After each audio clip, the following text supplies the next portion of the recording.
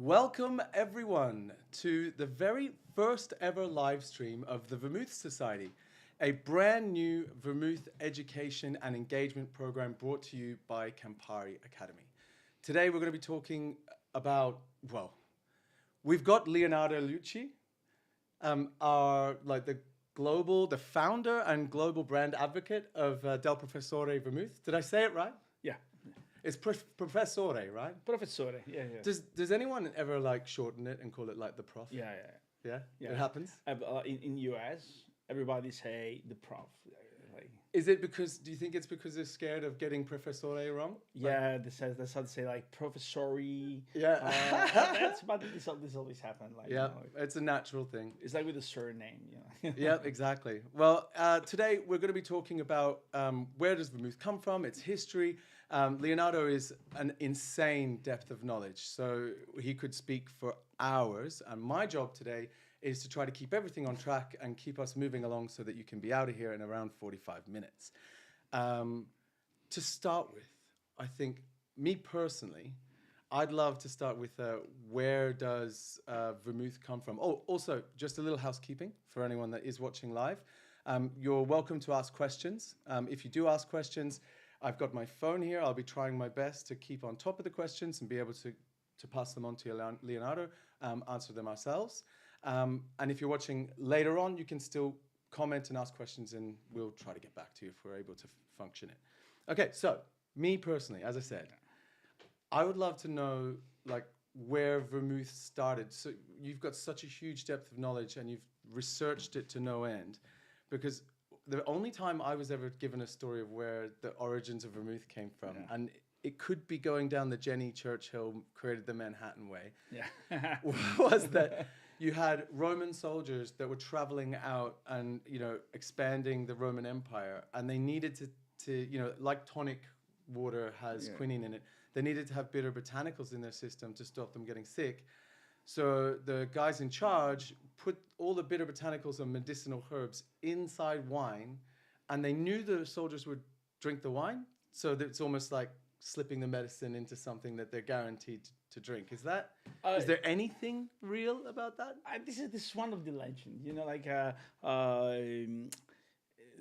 Vermouth is not a product that is born one day. It's something that somebody wake up in the morning and say, "Oh, Eureka!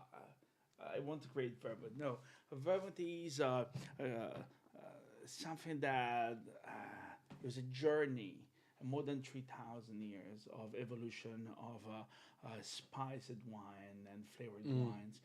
Essentially, so there's a lot of things to say about the history. So it's not like the way we would have like a brand launch these days where it didn't exist and then it existed because a marketing team put it together. It's more like an organic thing that grew over time to become what we know it to be today. And there's a lot of connection with a lot of interesting and important part in the history of evolution of humans, like the invention of modern medicine, Hippocrates and the Hippocratic school that started to play with wine, use it as medicinal to recover a lot of heal that people have. They're starting to use herbs that work so much better if was infused in wine instead of water, for example. Okay, so there's some legs in the legend. It's not completely untrue, but it started more through Hippocratic societies. Absolutely. There's Greek, that's the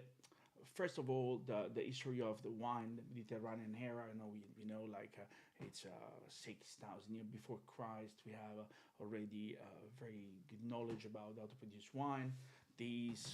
The wine traveled all around the Mediterranean area, started to be used as a medicine, especially in Greece, but also started to be used as a recreative, recreational thing.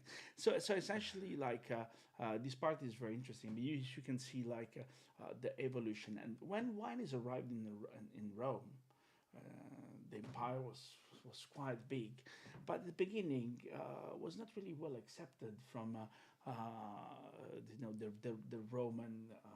the Romans in general, because for example Cicero says I don't like this trend from Greece. I don't like they bring poetry and wine because you will weak the soldiers. You know, like Oh, the kind of what is it? Warring culture. absolutely. Okay, so it's like you wouldn't see drunk Spartans. You No, know? The movie 300 would be very different. Okay, I absolutely. see. But little by little, this like wine and spiced wine start to be a big part of the Roman culture, and they spread all around the empire. One of the most interesting things to say about that is that the Roman Empire was so big, and every single country have its own style of wine, but also different kind of spices. Yeah. And so we start to have a lot of different spiced wines used for different like things on the empire. So we have books from 70 after Christ that describe something like 60, 65 different aromatized flavored wines. And this is 65 different, not brands, but like 65 different types of aromatized wine that were I being don't used. think they have brands at that No, time. no. It was like Roman flavored wine. And like to think 70, like it's not 2070, it's 70. That's 2,000 years ago. There were 65 different variations. That's amazing. And that's kind of why I could see it being a good reason why it's so ingrained in culture now in the Mediterranean. But I think that like after that, for example, during the Middle Age, inside the monastery, they start to develop different kind of recipe, a lot of different recipes, all the Amaros and Elixir, and culture started at that time. Monks starts to create different recipes for always for medicinal purpose, but also they create this ipocrasso that was essentially the spiced wine, the flavored wine before vermouth.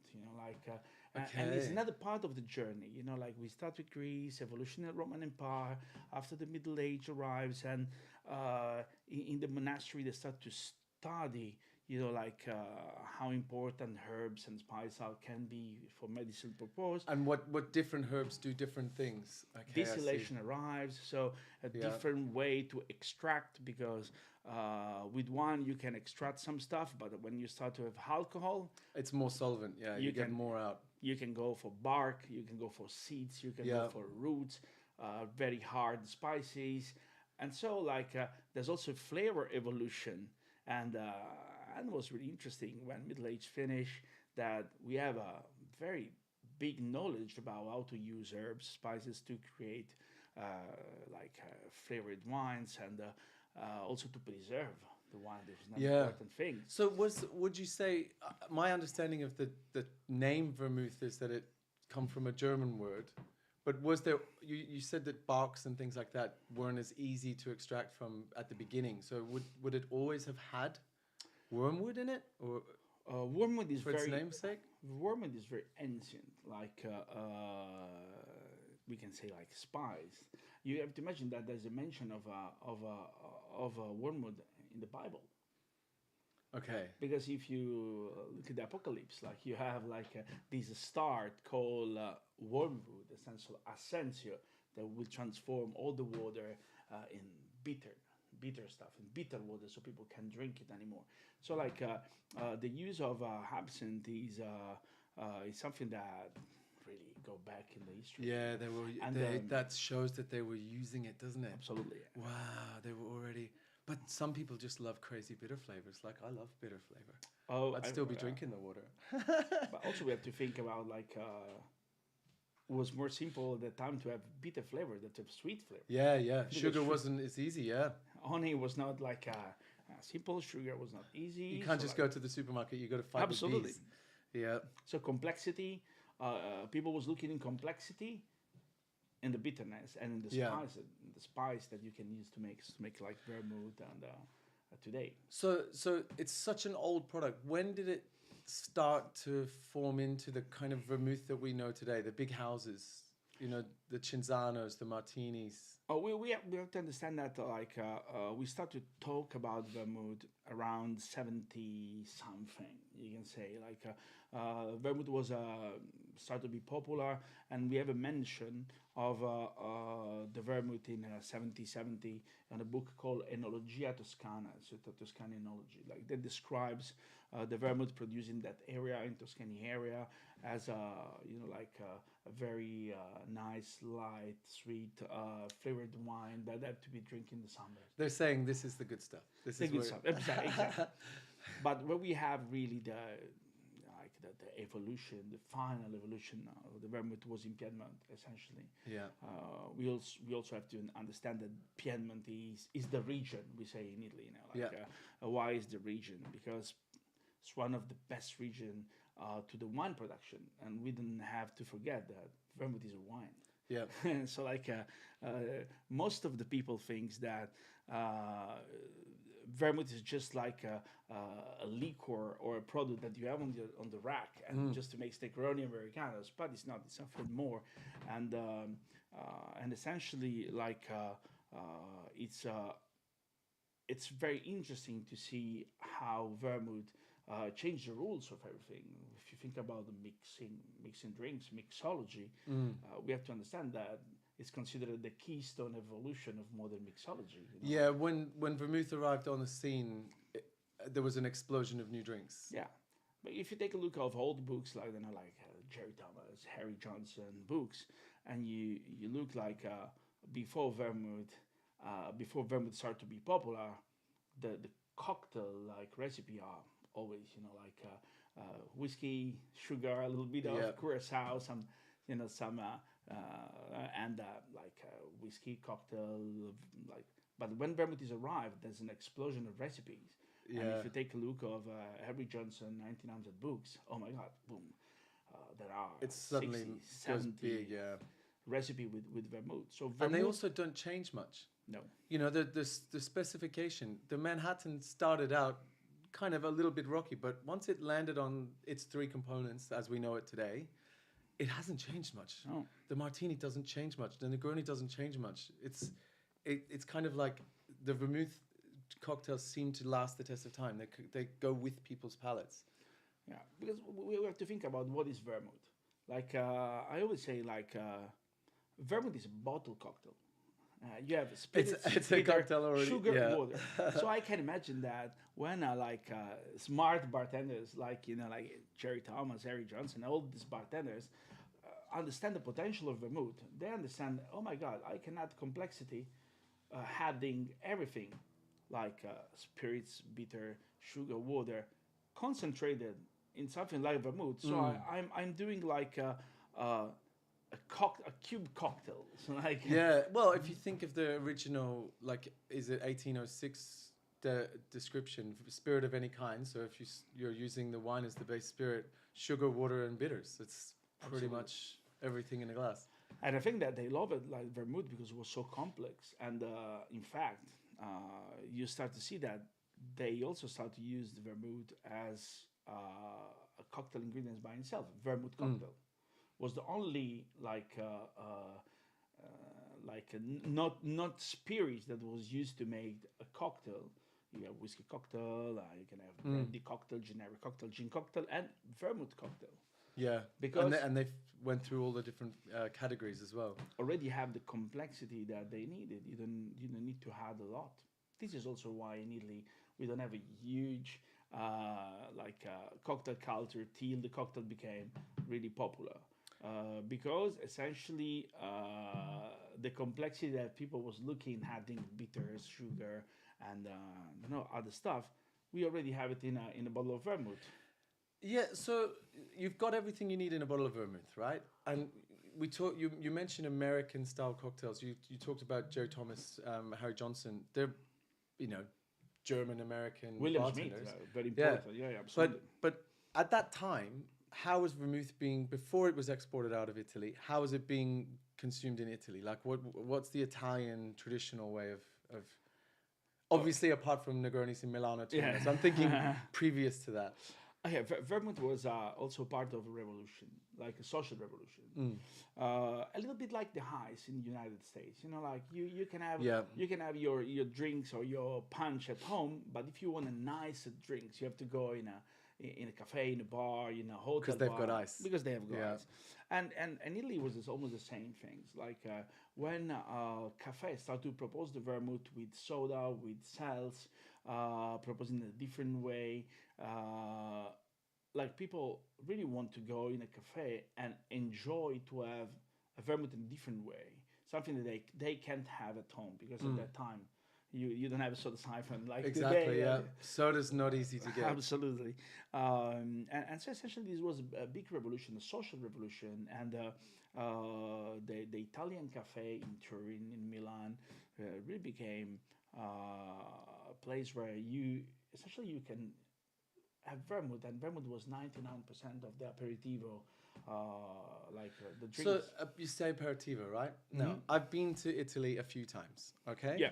And when I go to Italy, I find myself on a terrace. It's usually summertime, on a terrace outside at a table. Where if you know me and I come into your bar, I love to sit at the bar.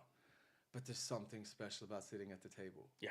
In Italy, and I've ordered vermouth and soda several times, and I get it served slightly differently. But what I'm going to ask you to do for me today, if you don't mind, Absolutely. No is problem. demonstrate for me the as the master of the Professore, how you would serve at the table. So we're sitting at the table. Someone's come over with a tray, right? And how is it presented at But the table? imagine this, like one of the most interesting things at that time was that they have soda siphons. Soda siphons. Soda siphon changed. Like these kind of guys.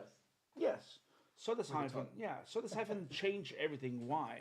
Because it was very simple with the soda siphon to close the drink at the table because you don't have to stir it, you don't have to do nothing. Yeah. You put the vermouth inside, you put like a soda from the siphon, and the drink is perfect. Well, today we don't have a soda siphon. So I'm we going to do- get you canned soda. Do you mind? I'll just bring over this lovely tray. Don't worry. Okay. We do it in a different way. Here you go. I will suggest something. Yeah. I have to turn this in front of the camera because I.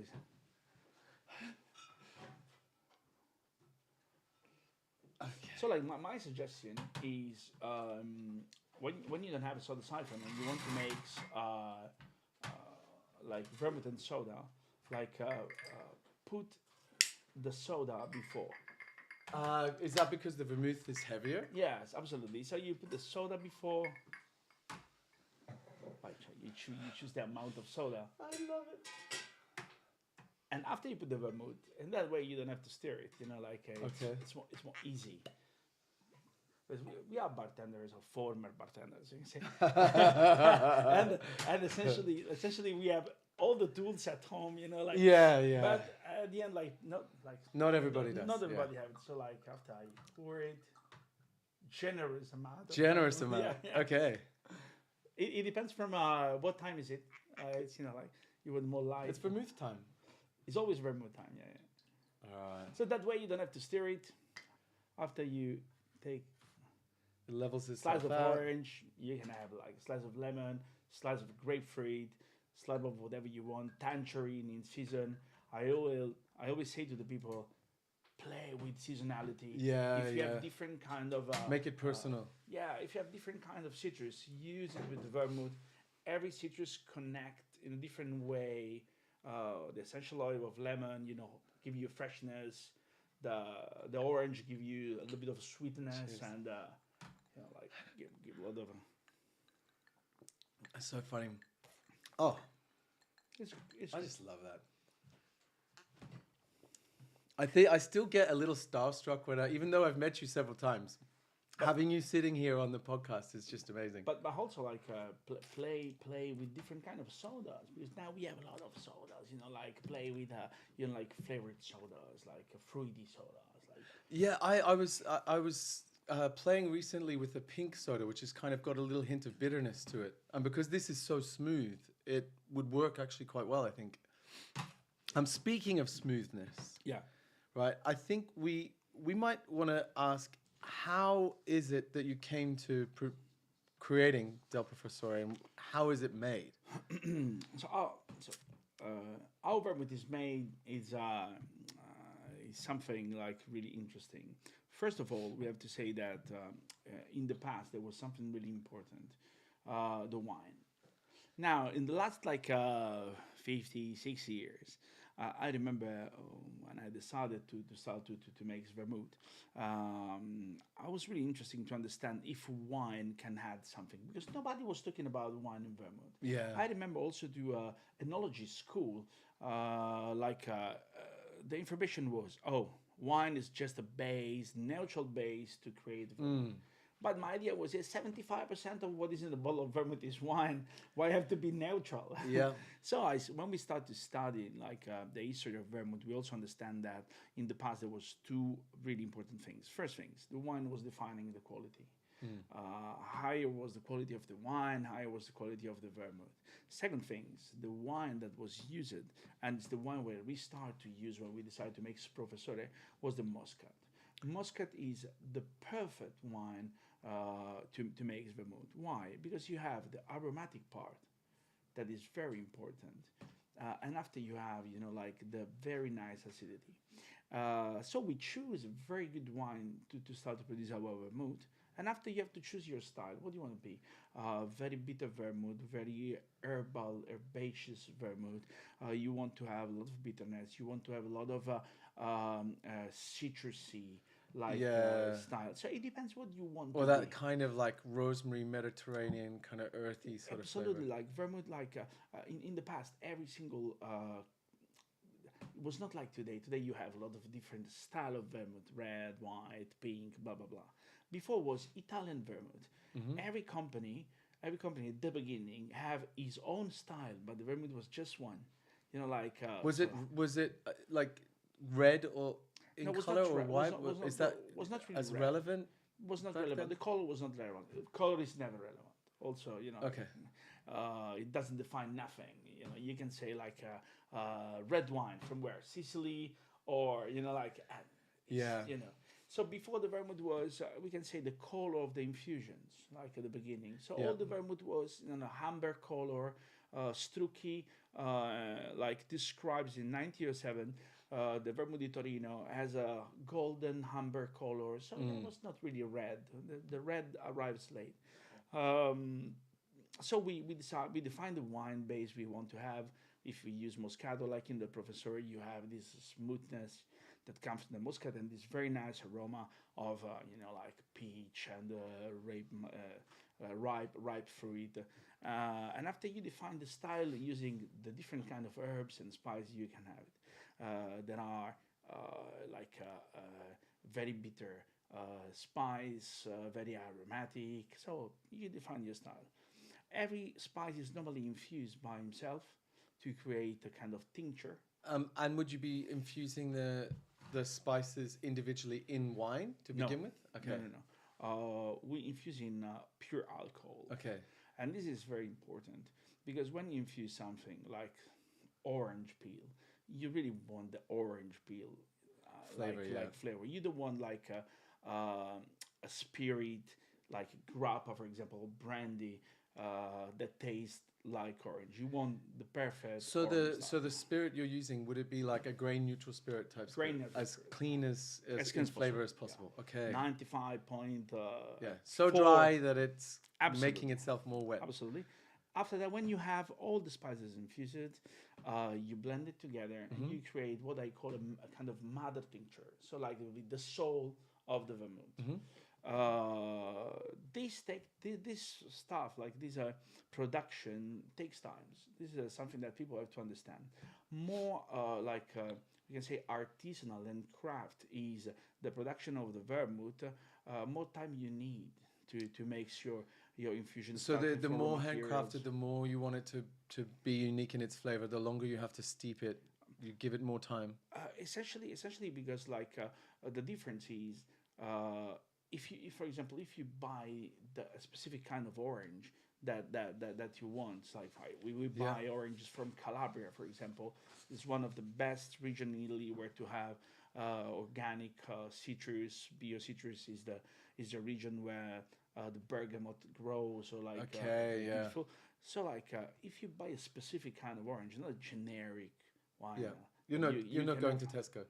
No, exactly. You need time because you have to do your own infusion. You have to filter your own infusion, and this takes time. Most of the company decide to buy extract from suppliers, but when we started, we decided no, we want that our vermouth will be different from anybody, and we want to choose the raw material Yeah. from the beginning and That's follow amazing. all the process of the production. So from the infusion, the selection of the wines, the selection of the sugar, because also the sugar is important, because if you have 15% of sugar in your vermouth, and you want that also the sugar is part of the aromatic uh, like uh, um, part of the vermouth. So we use like a blend of demerara, muscovado, panela. So also, Wow, nice. and this was the difference when the Professore started.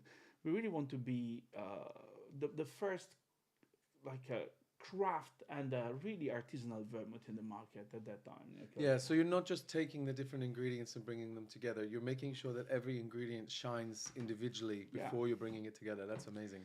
And this was also interesting, in fact, that we introduced something that for vermouth was very was really not present on the market. The inconsistency. That is the same things that The inconsistency, yeah. Yeah. It is a wine. You It's know, wine. like apparently wines change every year. Absolutely. It's like different Absolutely. vintages and things like that. And for us, this was really important to let people understand that first things is alive, Yeah. because we use real wine, we use real spice, all the ingredients are crafted, selected in the region, infused by us, and so it's a different kind of product. When we started, it was really the only company to do that. There was not other. So this you treated this from the start like a wine, not like an ingredient in a cocktail. It's You know why? It's the main character.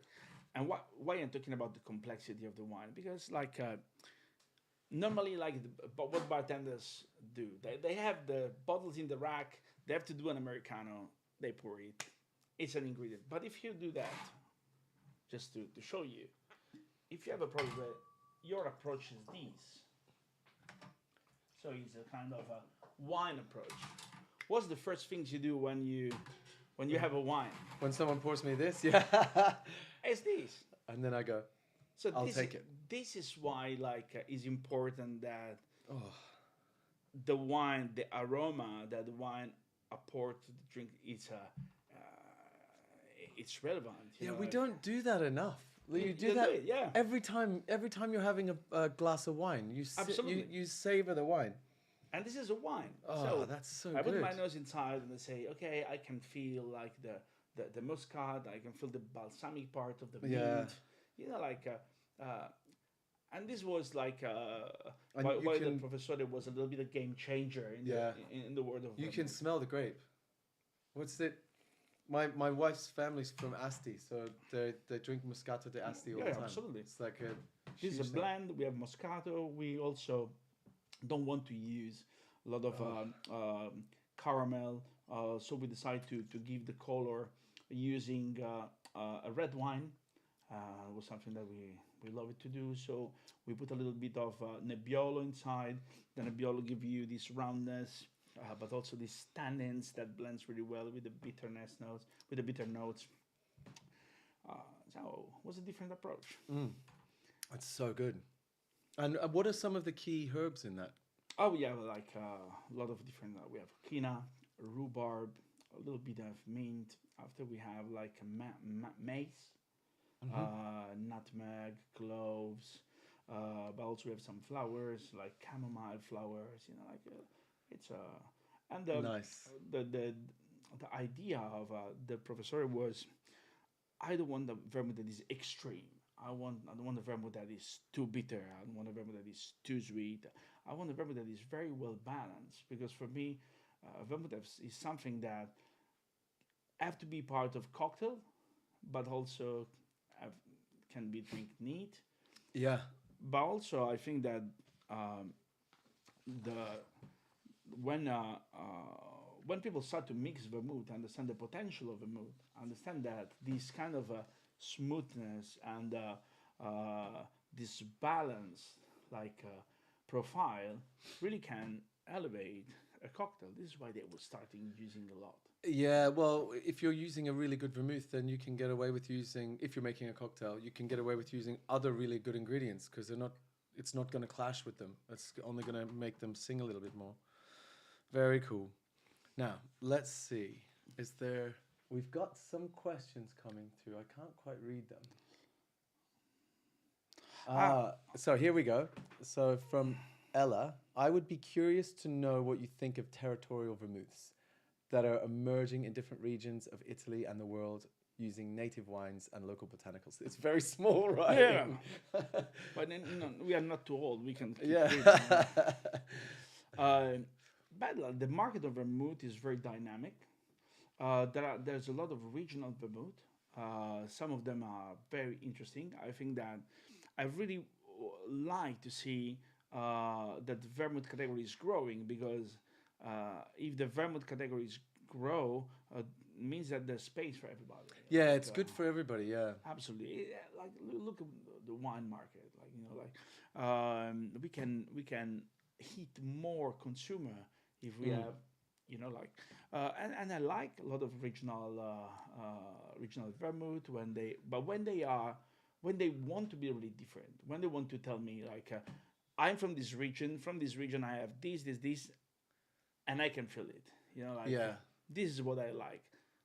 And also for vermouth from other part of the world, I want to feel it. I don't want to that is like a clone or somebody that try to be like from Turin or similar to Turin. You have a style. You have some. Bring your style in the market. There's a reason for you to be there. You're not just trying to copy everybody else. Yeah. Very cool. What do you think of vermouths that don't use wine as a base? Oh my God! This is very controversial. I don't want to be censored. But I think that this is why we have to create. We had to create the Vermouth di Torino, appellation. Because in a modern world, there's different perspectives, and for example, you can go in Sussex and have a vermouth made with birch wine, vermouth have to be made with wines, and in the 50s, like the 60s, yeah, 70s, yeah. Wines was just like made with grapes. But now today, anything fruit is wine. Absolutely. Okay. Also not fruit. This is why it was really important to protect the heritage and the history, the culture of Vermouth di Torino, because Vermouth di Torino essentially was the most relevant vermouth in the history, also of cocktails, essentially. Because for me, there's the Classico style and there's basically the traditional style vermouth, and then there's kind of the Punta Mason kind of flavored ones. But for me, I was always my understanding was there was just white and red vermouths. I know you said color doesn't dictate. It's very funny. At the beginning, it was just Italian vermouth. Yeah. You have a lot of bar books. Take any bar books from 1862. Yeah. And start to see. It says Italian. Yeah. Italian. After we start to have sweet, because the emerging of the French vermouth, so like the dry style, they start to, as they cannot define the difference by color, because the color was essentially the same. Yeah. That was defined like French and Italian, and after sweet and dry. Yeah. But after starting in the 20s, 30s, they start to understand that put some differences, start to be very different. Also because the white vermouth started to be big in the market, also the Chambéry style, blah, blah. So essentially to have the Rosso, the dry, the Bianco was something that the market needs to understand a little bit more. Yeah, they had to start what's going on, And what defines, Vermouth di Torino, what defines Vermouth di Torino and separates it from First of all, anything? Vermouth di Torino is the only IGT, only appellation that put some clear rules on the production. Uh, it's not only about have to be produced in a certain area, you know, So it's not simple geography. It's like Chambéry, for example. Yep. It's the first to have a local appellation was Chambéry. No, you have some rules to follow. You can't use any chemical. You can't use any chemical coloring. You have to use Italian wine. The Artemisia have to come from Piedmont. If you go on the superiore category, the rules are more strict. You know, okay. So you there's know, like, different tiers. so like the only things I can say, like I don't want to say that like the Vermouth di Torino are the best vermouth, blah blah. But I want to say when somebody buy a bottle Vermouth di Torino, he knows that Yeah. there's some rules. It's like when you buy champagne, you know that there's a procedure how they made Absolutely. it. To be respected, that somebody that control a consortium that control that is followed by everybody that put the Torino on the label, and I think that is good because really first thing protect the history, the heritage, but but also give to the consumer the idea that they know what they are drinking. You know, Yeah. there's no shortcut. There's no So we've got a question from Yep. Danilo. Do you source all your botanicals and ingredients always from the same supplier or farmer? And what's the key for consistency of making vermouth? For me, like the key in making vermouth, the consistency for me is interesting in quality. For me, the quality have to be consistent. The flavor have to define a style. But as I told you, if you use a real wine, the wine can be different every year. So every year you try to do something that is similar to the years before. But for example, small differences will always be there. Yeah. So for me, consistency is in the quality. It's like when you buy a Barolo. It's when you buy a Nebbiolo. It's like when you buy a Chateau di Chem, Chateau Latour, Lafitte.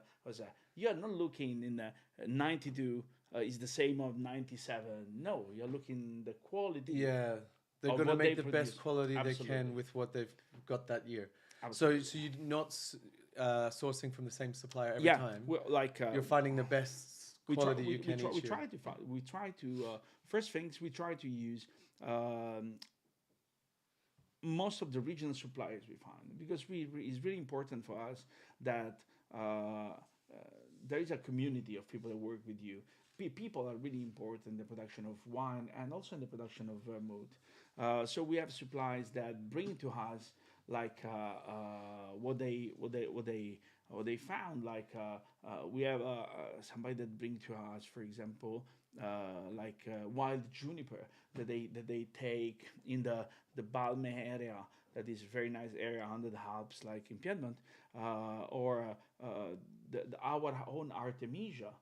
That is we like the distillery use his own Artemisia, and it's a natural product. So it's not always the same because the rain is not always the same, the wind is not always the same. So Yeah. so the consistency is in the quality. The recipe is always the same, and we try to give consistency in quality. That's Yeah. the most important things. Yeah, that is. But local producer for us is really important.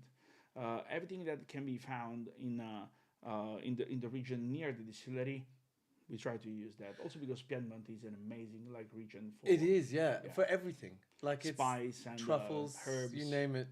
A question on that: the aperitivo culture has started to spread around the world. You know, you see people winning best bar in the world with literally like kind of copy of an Italian style cafe. How has vermouth influenced the culture in Italy, like that aperitivo culture? Because it's kind of core to it. You have to imagine that vermouth was the aperitivo. was It was like the OG. almost 100%. There was a moment like in Italy where people didn't say we go for an aperitif. They said we go for a vermouth. Yeah, I have like, for example, invitation for art gallery opening for ships like I don't know Italy, you know, like The launch of a ship where you're smashing the bottle. when you smash the bottle, and this company, also huge company, was inviting people to a vermouth, not to an aperitivo, and it was Wow. crazy because it was not only in Piedmont, where there's no sheep like to Yeah, there's it's no the sea. mountains. But everywhere like essentially it was really I invite you for a vermouth. We go for a vermouth. L'ora del vermouth, the vermouth hour, was really part of the Italian aperitivo culture. Yeah. Was the vermouth, and after you can go in a bar, you can choose different kind of vermouth. I always say like every company have his own style. For example, Cinzano was very well known to be one of the most classic bitter Yeah. like vermouth, and the company was like decided to have more a vermouth with a more wine approach, you know, Yeah. like others very light and so on. So like in the past we can say that the cafe was also a vermouth bar, and you can see these, for example, if you go to Spain. Spain was like Italians bring the vermouth culture in Spain, and the Spanish people love it. And if today you go in Spain, you can see the impact of vermouth in the aperitivo culture in Spain. You go in Madrid, everybody have his own vermouth Yeah. on tap. Like vermouth is everywhere. You can see it everywhere you go. Like Everywhere. it doesn't matter whether it's London, New York, San Francisco, like even Singapore. If there's a place that vermouth has gone to, there's a classic iconic cocktail from that area that has it in there. Oh yeah, vermouth like there is almost a cocktail with vermouth in every side of the world. You know, like from Japan to Brazil. Yeah. You know, like Japan, they have this the bamboo. These Brazil, they have the rabo de gallo. After you have Italy with Europe in general with a lot of different cocktails like based on vermouth, but all around the world, there is a cocktail based on vermouth, and sometimes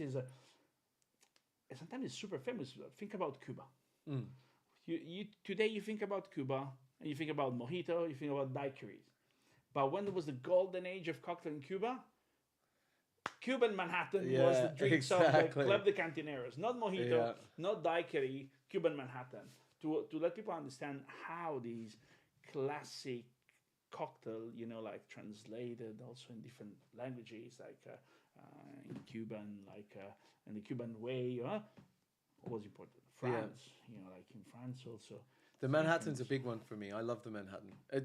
Partly because I'm mostly making cocktails at home for myself. So going out to get lemons and limes and stuff to make sours and fizzes is a little extra work. So I know I can open my bottle of vermouth and I've got this many cocktails before I need to leave the house. But also I like to see how vermouth is also coming back in classic recipe all around the world, till the 90s, the beginning of 2000s, there was the recipes, like with a very dry with a small amount of vermouth. You remember this Manhattan with just like part of whiskey wave the bottle in the direction of and France. a splash. Yeah. Absolutely. Now this is finished. Yeah. People like it to have a more smooth cocktail. So all the pre-prohibition style cocktails are coming back. 2-1 Manhattan, 2-1 Martini, Martinez, and so Reverse on. Manhattan. Reverse we were talking Manhattan. about that I earlier. love it. I love it. Reverse Manhattan. Beautiful.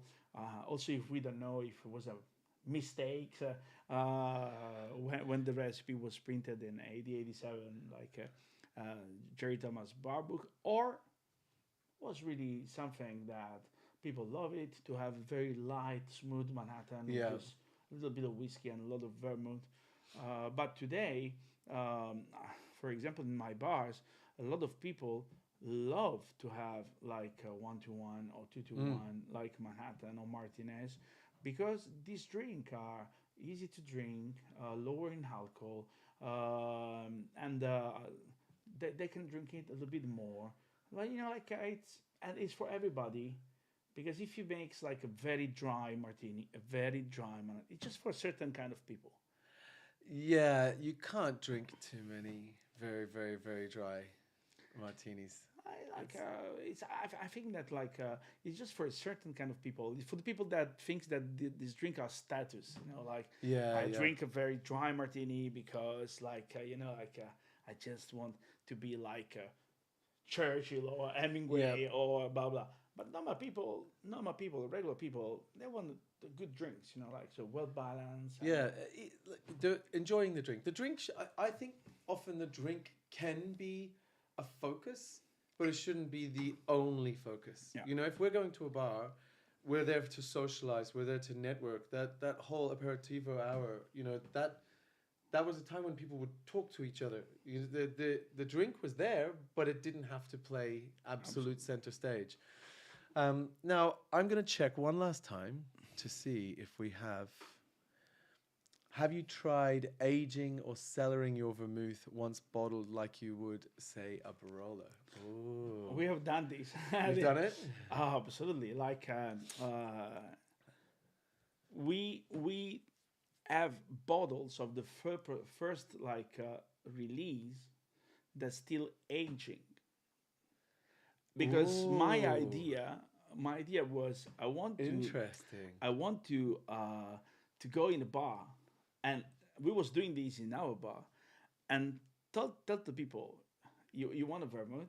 We have the Professore, Is that from 2012? 2015, 2016, 2017, 2018, Wow. and it was very interesting to see the evolution of the vermouth after different years. And for me it was very interesting because when I say that some vermouth that are made with real wine, but they are alive, so they have an evolution in the bottle. Yeah. They change it as a wine, and this for me was super super interesting to see. For example, for our classical that is based on muscat, to see how you lose the acidity after 2-3 years, Yeah. but you have a more round and smooth muscat profile. Yeah.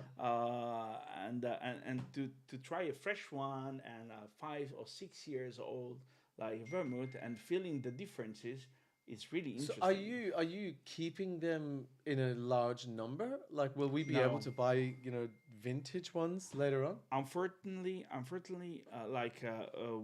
we don't have large numbers because, Yeah. for example, we still is a very small company. Yeah, very small. Very very small. Also, if now we are on the Campari portfolio, but the good thing is that Campari decide to keep the production at the same distillery to keep producing as we was producing. So it's very small production if you compare with any Yeah. other vermouth, very small. And so we have some bottles of those. In my bar, we have some bottles of vermouth that's still, you can say, we can say aging. But we also have done something different. We also have aged the vermouth in cask. I think we were the first to do that, but also in very different cask. Okay. Because my idea was at the moment, okay, I want to do something different. I start to put vermouth in different kind of casks, like for example, Hyla whiskey cask, Jamaican rum cask. Wow. I was But thinking you were gonna throw it in like Barolo, an ex Barolo Barolo, cask. yeah, we have You Barolo have? cask, Barbera cask, Brandy cask. We tried a lot of this stuff. We also bottled some of this stuff. It's limited edition. You can find Amazing. around. You can find around some Jamaican rum cask finish, blah, blah. Because I like to play with this. When you are small, when you are like an artisan producer, you can do that. Well, you should do it even when you're big. Like people. Absolutely. I think it's very easy to fall in love with a brand when you have so many fond memories. You taste it, you've got a Yeah. fond memory of it. For example, I'm going to have fond memories from this podcast, having you here, actually coming to my home and explaining Vermouth for the Vermouth Society people.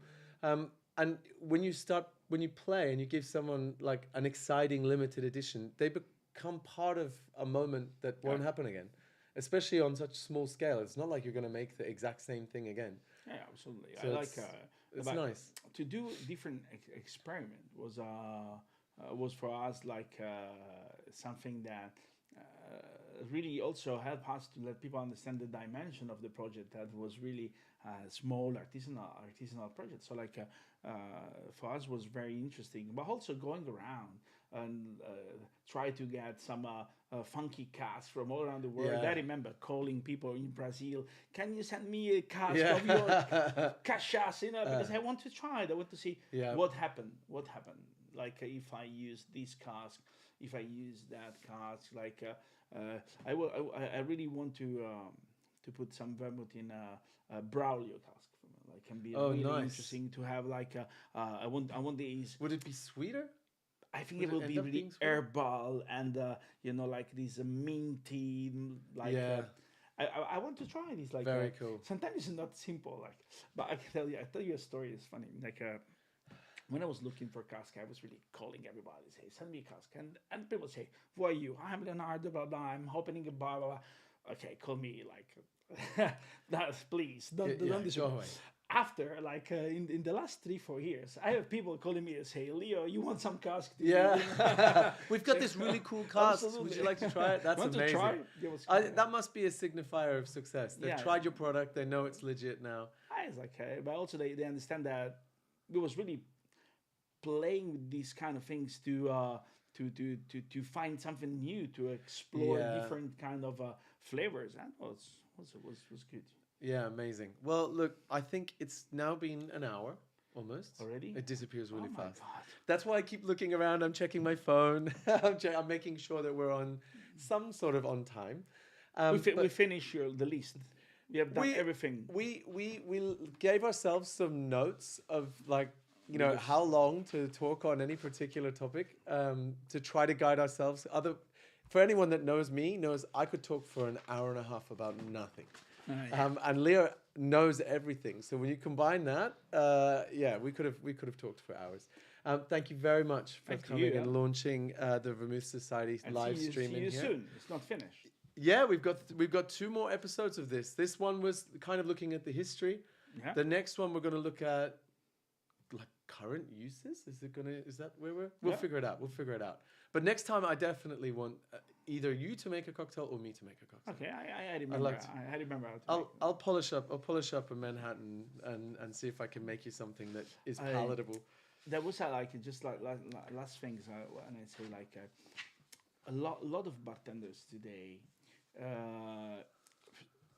look for complexity in drinks in a very complicated way.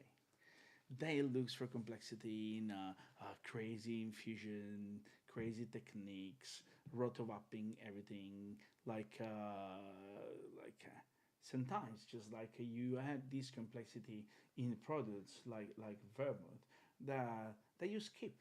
Yeah. You say no, but I always said to people like try to understand what people in the past was doing. There was evolving an existent recipe using other products to create a different profile. Yeah. Like so whiskey cocktail, Manhattan, and after you switch the whiskey and you have like the Rob Roy. A completely different drink. Yeah.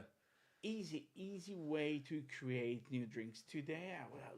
Sometimes it's very complicated things. Yeah. Vermouth is an ingredient that can really give to cocktails a lot. And just to finish, take a look, for example, what the Argentinian bartender, the Pichin, was doing. He was taking the vermouth and use it in tropical style drinks, adding to vermouth like a fresh pineapple juice or acerola juice. And nobody's doing this today. Like if the people thinks that, oh no, vermouth just for classic drinks. No, play around, play with Yeah. because it's just like an aromatic wine. Yeah, that, I used a vermouth, the Bianco vermouth, in a missionary's downfall once, and it come up nice. It was actually pretty good. You know, mint and some pineapple and things. It was really good. Well, thank you. Thank Leo. you to you. I'm going to wrap it up by saying, for those of you following live, we will be back again with the Vermouth Society, episode 2 of 6, where we will be in the cabin again, same place, same time, for the first episode featuring 1757 Vermouth di Torino and the legendary Giorgio Bargiani. Back 2 o'clock tomorrow. And yeah, thank you, everybody. Bye bye. Been fun. That was amazing. That was good. It was good.